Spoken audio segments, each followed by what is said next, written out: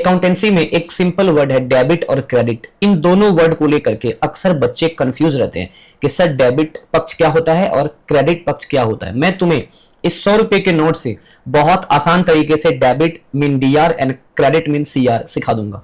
Simple समझो, पहले debit का मीनिंग समझो क्या होता है। डेबिट का मतलब होता है निकासी, जब हम पैसे निकालते हैं तो वो डेबिट कहलाता है। और CR that mean credit, credit का मतलब होता है जमा करना। अगर हम 100 रुपया बैंक में जमा कर रहे हैं तो वो क्रेडिट है। अब बेटा देखो, इसको हम कैसे अपने निजी जीवन में समझते हैं। देखो, अगर मान लो कि ये दाहिना वाला राइट हैंड जो मेरा है, ये मान लो किसी अदर इंसान का है, ये लेफ्ट हैंड मेरा है, तो बेटा जब ये पैसे मेरे हाथ में आएंगे तो ये पक्ष हमारा कहलाएगा डेबिट, क्योंकि रिसीवर को हम डेबिट पक्ष में रखते हैं।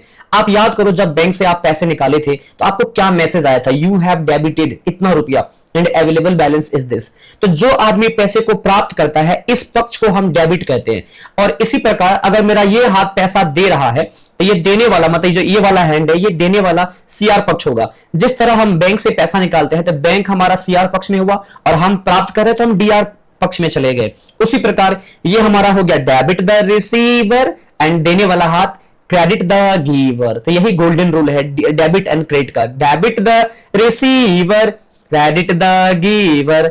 देखो कितना आसान है, बस सिंपल, जो ले रहा है वो पक्ष डेबिट, जो दे रहा है वो क्रेडिट। अगर तुम इसे याद रख लोगे ना तो तुम्हें अकाउंटेंसी में कभी दिक्कत नहीं होगी। तुमने कभी एक बात नोटिस किया है, अगर अकाउंटेंसी इतना ही भारी होता तो बड़े बड़े मॉल में, शॉप्स में, आपके बाजार में एकदम 19-20 साल का लड़का एक अकाउंटेंट के रूप में काम करता है काउंटर पे। अगर ये इतना भारी होता तो शायद इसके लिए आईआईटी क्रैक करना पड़ता। आई होप आप तुम समझ गए हो।